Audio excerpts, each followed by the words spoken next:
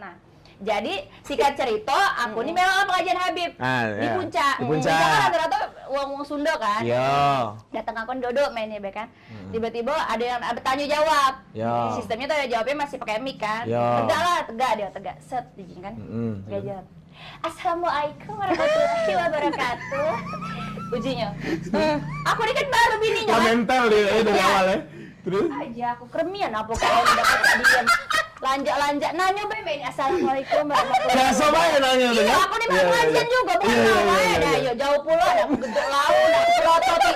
Nah, aku pelototi mata dia ke Habib. Iya. Nah, mau lanjak aja aku kan. Jadi tuh, ini Habib. Kenalin dulu Habib, nama saya si inilah, anggaplah ya. Itu Habib, saya kan mau tanya ya. Atau gini Habib, katanya itu kan, mau tanya, saya kan pakai jilbab ya.